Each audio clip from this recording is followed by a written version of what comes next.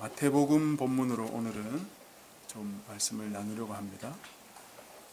미국의 뉴욕 그리스도 감리교회 목사였던 랄프 소크먼은 이런 말을 한 적이 있습니다. 역사의 중심은 베들레헴 마구간의 문에 놓여 있다. 베들레헴 마구간에 누우셨던 예수님께서 바로 역사의 중심이시다 하는 말인 것이죠. 예수님께서 이 땅에 태어나신 지도 벌써 2000년이 훌쩍 넘었습니다. 얼마나 많은 사람들이 그동안 예수님의 탄생을 기억하고 기뻐했을까요? 여러분은 예수님이 이 땅에 오신 것이 진심으로 기쁘십니까? 12월만 되면 사람들은 크리스마스로 분주합니다. 세상 사람들은 크리스마스의 의미조차 알지 못한 채 하루의 휴일로 연인과 또 가족과 행복한 시간을 보내기를 원합니다. 그러나 이날의 의미를 잘 되새겨 본다면 더욱 풍성하게 하루를 보낼 수 있을 것입니다. 오늘은 이 마태복음을 통해서 예수님의 탄생을 살펴보겠는데요. 2장 전체를 우리가 읽었지만 그 전체를 살펴가면서 하나님의 놀라운 또 계시를 깨달을 수 있었으면 좋겠습니다. 헤롯 왕 때에 예수님께서 베들레헴에서 태어나셨습니다. 학자들에 따라 조금씩 다르지만 BC 5년 12월 아니면 BC 4년 1월 정도 예수님께서 태어나신 것으로 그렇게 봅니다.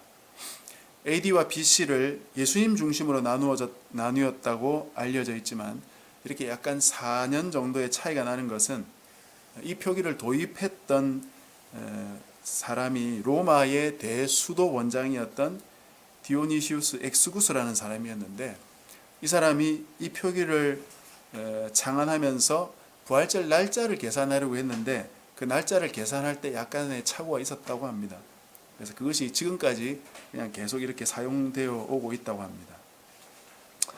예수님이 태어나실 때 동방으로부터 박사들이 예루살렘에 왔습니다. 이 박사들은 점성가로 알려져 있죠. 별을 보고 미래의 일들을 예측하는 사람입니다. 이들이 예루살렘으로 갔습니다. 그 이유는 왕궁이 예루살렘에 있기 때문에 왕이라면 당연히 왕궁에서 나지 않겠느냐, 그런 상식적인 생각 때문이죠. 그래서 예루살렘에 들어가서 유대인으로 나신 이가 어디 있습니까? 라고 물었습니다. 그런데 이 물음 때문에 난리가 났죠. 지금 헤롯이 멀쩡히 살아있고 그가 유대인의 왕인데 그와 다른 누군가가 왕으로 태어났다는 말인가 하면서 소동이 일어났습니다. 그때 대제사장과 서기관들에게 물어보니까 6절 말씀에 있는 구구 말씀을 인용한 것입니다. 6절은 구약 미가서 5장에 있는 말씀인데 이 말씀을 통해 예수님께서 베들레헴에서 태어나실 것이다 라고 대제사장과 서기관들이 생각했던 겁니다. 그런데 그 이후로 참 비참한 일들이 일어나죠. 헤롯은 동방에서 온 이 점성가들에게 별이 나타난 때를 자세히 묻고 베들레헴에 가서 찾으면 자기에게도 알려달라, 그렇게 이야기했어요. 그 이유는 자신도 가서 경배하고 싶다, 그거죠. 그러나 그것은 순 거짓말이었죠. 그 아기를 없애버리려는 속셈이었습니다. 16절에 보면 이 비참한 일을 잘 기록하고 있는데, 헤롯은 박사들에게 들었던 내용을 근거로 대충 나이를 계산해 보니까 2살 정도 아래로 다 죽이면 되겠다, 그렇게 생각했던 것이죠. 하지만 예수님은 이미 하나님께서 천사를 보내서 애굽으로 떠난 뒤였습니다. 오늘 내용이 대충 이렇게 흘러가는데요. 오늘 말씀을 3가지 정도로 한번 나누어서 말씀을 드리려고 합니다. 첫 번째는 이게 마태복음의 특징이기도 합니다만 구약 말씀을 많이 인용한다는 것이죠. 우리가 읽은 본문에 명시적으로 3번 정도 구약 말씀이 인용되어 있습니다. 첫 번째는 6절에 언급된 미가서 5장 2절이죠. 또 유대 땅 베들레헴아, 너는 유대 고을 중에서 가장 작지 아니하도다. 내게서 한 다스리는 자가 나와서 내 백성 이스라엘의 목자가 되리라. 이 말씀은 메시아가 베들레헴에서 태어나실 것에 대한 성경의 거의 유일한 기록입니다. 대제사장과 서기관들이 모여서 헤롯의 질문에 대해서 똑같이 이 답변을 한 이유도 바로 그것이죠. 두 번째는 15절에 등장한 호세아서 11장 1절, 그리고 또 18절에는 예레미야 31장 15절의 말씀, 이렇게 세 번 등장을 합니다. 왜 이렇게 구약 말씀을 인용하는 것일까요?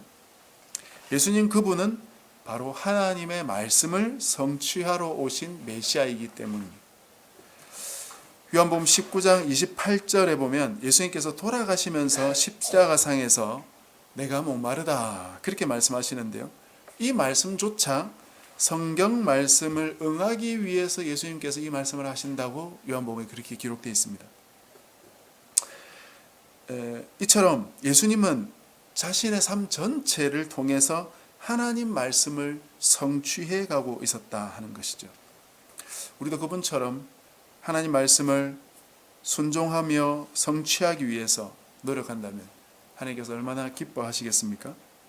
예수님이 돌아가시면서까지, 피 흘리시면서까지 하나님 말씀을 성취하기 위해서 애쓰시지 않았습니까? 우리도 이렇게 순종할 수 있도록 우리의 마음을 조금 더 하나님 앞으로 잘 모으면 하나님께서 얼마나 기뻐하실까, 그런 생각이 듭니다. 더 나아가서 예수님께서 말씀을 성취하러 오시긴 했는데 그분이 말씀과 다른 것이 아닌 바로 말씀 그분이심을 요한복음 1장에서 이렇게 말합니다. 말씀이 육신이 되어 우리 가운데 거하심에 우리가 그의 영광을 보니 아버지의 독생자의 영광이요 은혜와 진리가 충만하도다. 예수님 그분이 바로 말씀이십니다. 그분은 우리 가운데 오신 하나님의 말씀이세요. 그분은 바로 이 땅에 오신 하나님의 형상입니다. 비록 그분이 우리 인간과 똑같이 아기로 이 땅에 오셨지만 그분은 바로 하나님의 아들이요 하나님의 말씀 자체이십니다. 그러니 이 말씀을 감히 누가 막을 수 있겠습니까? 그런데 오늘 본문에 이 말씀을 제거하려는 음모가 있었다는 것을 우리가 알 수 있죠. 바로 헤롯의 그런 모습이었습니다. 헤롯이 예수님을 죽이려고 했는데 이 하나님께서는 이 헤롯의 음모를 아주 간단하게 처리해 버리세요. 7절에 보시면 헤롯은 동방의 점성가들이 왔을 때 그들에게 별이 처음 난 때를 자세히 물었습니다. 왜 물었다고 했죠? 그를 죽이기 위해서였어요. 16절에 보면 알 수 있듯이 점성가들로부터 알아낸 시기를 기준으로 두 살 아래 아기들 다 죽였죠. 그런데 예수님을 죽이지 못했어요. 왜 그렇습니까? 그 전에 하나님께서 천사를 보내서 애굽으로 도피하게 만드신 것이죠. 하나님의 역사를 막을 수 있는 인간은 없습니다. 따라서 오늘 본문에서 우리가 얻을 수 있는 첫 번째 교훈이라고 한다면 하나님은 모든 사람의 지혜를 뛰어넘어서 역사하신다는 사실이에요. 하나님은 모든 사람의 지혜를 뛰어넘어서 역사를 하신다. 구약에 이스라엘의 아합 왕 때 흥미로운 일이 하나 등장합니다. 당시 아합이라는 이 왕은 아람에게 빼앗겼던 땅 길르앗 라못을 다시 되찾고 싶어 했어요. 그런데 전쟁을 일으켜서 자기가 그 전쟁에서 승리할 수 있을지가 궁금했던 것입니다. 그래서 선지자 400명을 불러요. 이 400명한테 내가 가면 전쟁에서 이길 수 있겠느냐 물어보니까 이 400명 선지자가 하나같이 왕이 승리할 겁니다. 그렇게 예언을 했어요. 근데 한 명의 선지자가 더 있었습니다. 그 사람이 미가야라는 선지자인데 이 사람은 늘 흉한 예언만 하니까 아합이 별로 좋아하지 않았던 모양입니다. 그래도 이 미가야의 예언을 한번 들어봐야 되겠다 해서 불러서 미가야에게 물어보니까 그 미가야가 이런 이야기를 합니다.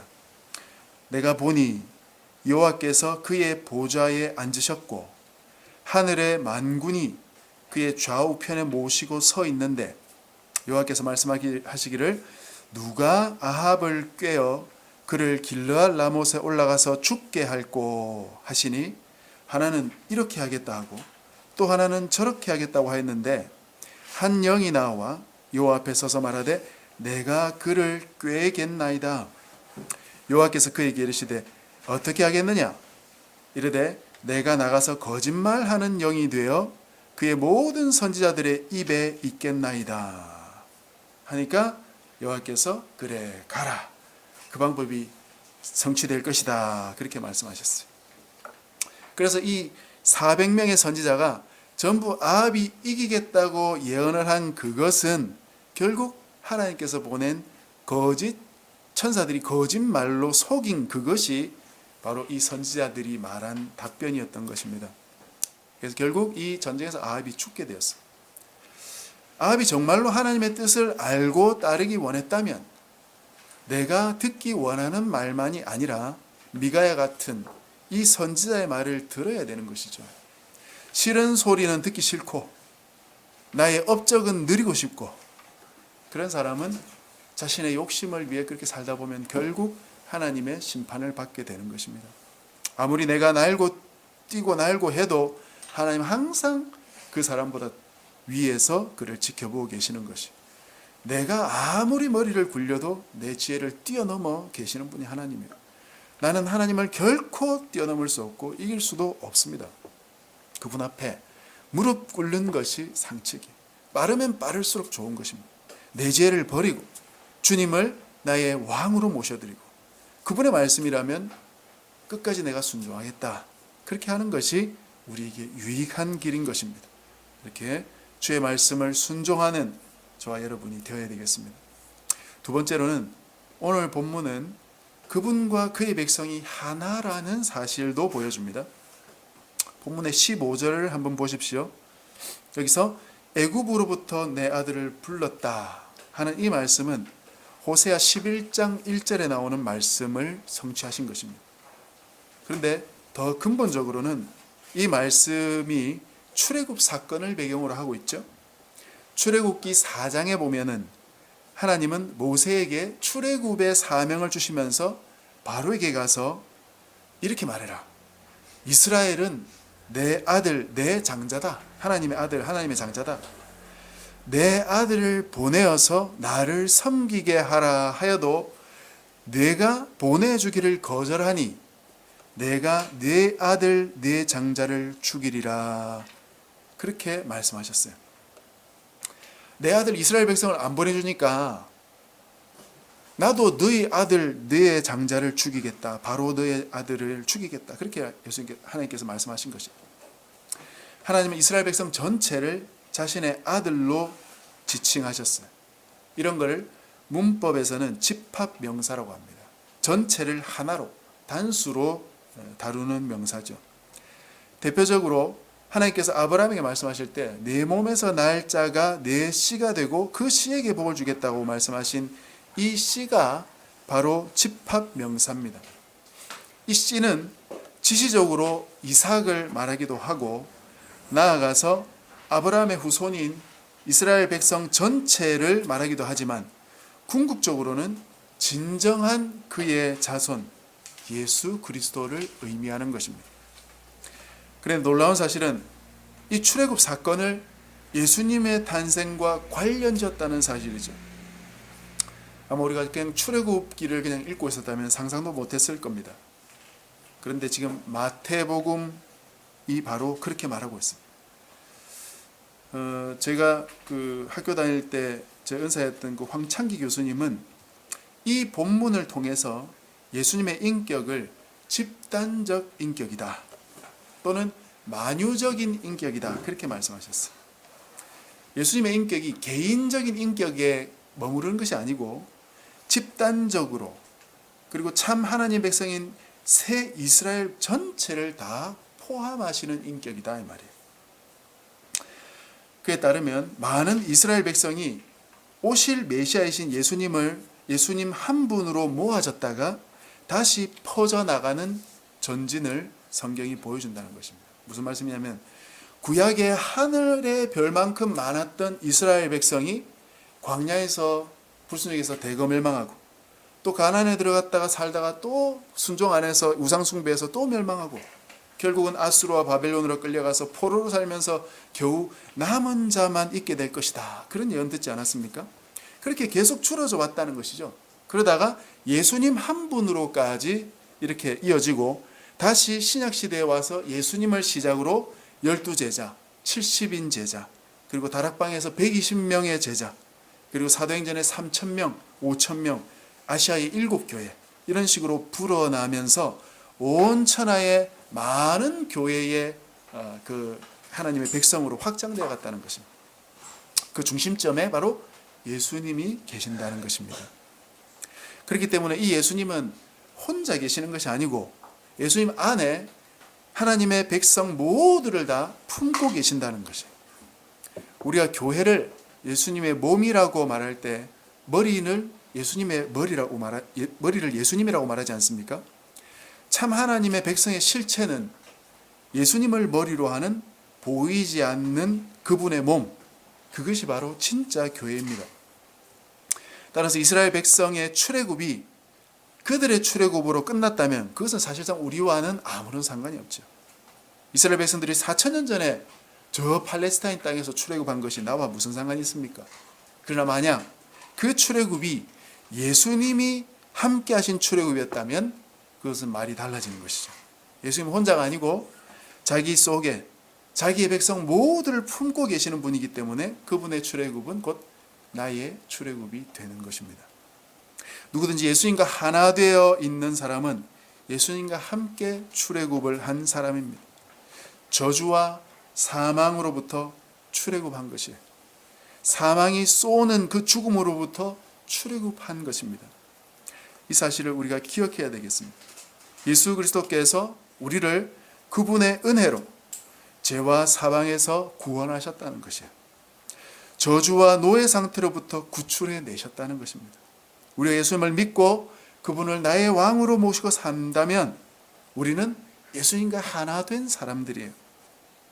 죄가 아니라 의와 하나 된 사람입니다. 예수님 때문에 우리가 구원을 얻게 된다는 것이 바로 이 말이에요. 예수님 때문에 우리가 생명을 얻었다는 것이 바로 이런 뜻입니다. 그래서 우리는 주님이 주신 이 복음을 우리의 생명과 함께 드러내며 이 땅에서 살아가는 자들이 되어야 되는 것입니다. 이 축복을 잘 인식하고 우리가 살아가야 되겠습니다. 세 번째는 위와 같은 사실이 우리가 진정으로 누구인가 하는 걸 가르쳐 주는 것인데 우리가 진정한 승리자가 된다는 사실을 말해주는 것입니다. 오늘의 말씀 전체를 다시 한번 이 머릿속에 떠올려 보십시오. 예수님께서 태어나시기 전부터 하나님께서 동방에 별이 떠오르게 하셔가지고 점성가들이 그 별을 보고 위대한 이 왕을 경배하러 오도록 하셨죠. 그런데 한순간 큰 실수를 저지를 뻔했죠. 그들이 예루살렘으로 가서 자칫하면 예수님께서 돌아가실 수 있는 그런 위험에 처하게 될 뻔했습니다. 헤롯과 온 예루살렘 사람들이 난리가 났었어요. 당시 헤롯은 자신의 왕위가 흔들린다고 느꼈던 때입니다. 안 그래도 자신의 통치가 인기도 없고 가난과 자연재해 같은 것 때문에 민심이 악화될 대로 악화되어 있었기 때문에 이스라엘 사람들이 메시아를 대망하는 그런 시대였다고 합니다. 그러던 차에 이 유대인의 왕이 났다는 이야기를 들으니까 이 헤롯이 마음을 진정시키기 어려웠겠죠. 그래서 철저히 알아보면서 그 아이를 죽이겠다 그런 생각을 했던 것입니다.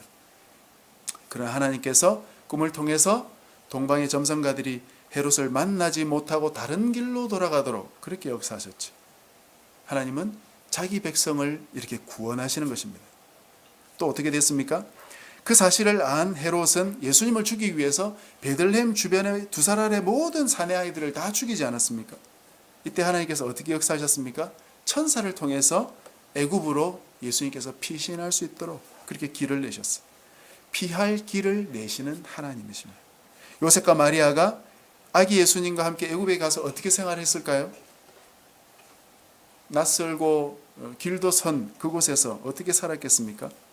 탄생 축하 선물로 받은 황금, 유양, 몰약 이것을 아마 팔아서 생활하지 않았겠습니까? 하나님은 필요를 미리 채우시는 분이십니다. 헤롯이 죽은 후에 다시 이스라엘 땅으로 들어가도록 명령하셨는데 요셉이 두려워하는 마음이 있으니까 예루살렘으로부터 멀리 떨어져 있던 그들의 고향 나사렛이라는 동네로 가서 살 수 있도록 그렇게 말씀하셨어요. 하나님은 요셉의 마음까지 이렇게 돌보시는 하나님이세요. 바로 이것이 오늘 본문에 등장하는 하나님의 역사의 방식들입니다. 동방박사들의 미숙함 속에서도 피할 길을 내시고 먼 곳까지 이동해야 되지만 그 여정에 필요한 것들을 다 채우시고 또 불필요한 두려움이 있었지만 그 마음까지 돌보시는 좋으신 하나님이십니다. 이 하나님을 잘 믿고 신뢰하는 것이 진정한 승리를 가져다 주는 것입니다. 이런 하나님을 참으로 믿는다면 세상을 살아가면서 두려워하거나 속상해하거나 답답해할 일이 뭐가 그렇게 많이 있겠습니까? 이렇게 예수님을 인도하신 그 하나님께서 예수님과 함께 오늘 우리도 인도해 주시는 것입니다. 이 땅에 살면서 때로는 다른 사람의 미숙함 때문에 우리가 피해를 보더라도 하나님께서 거기서 피할 길을 내실 것이에요. 다른 사람의 미숙함 때문에 너무 속상해하지 마십시오. 그 때문에 너무 아파하고 괴로워하지 마십시오. 하나님께서 다 보고 계시고 그 상황을 알고 계세요.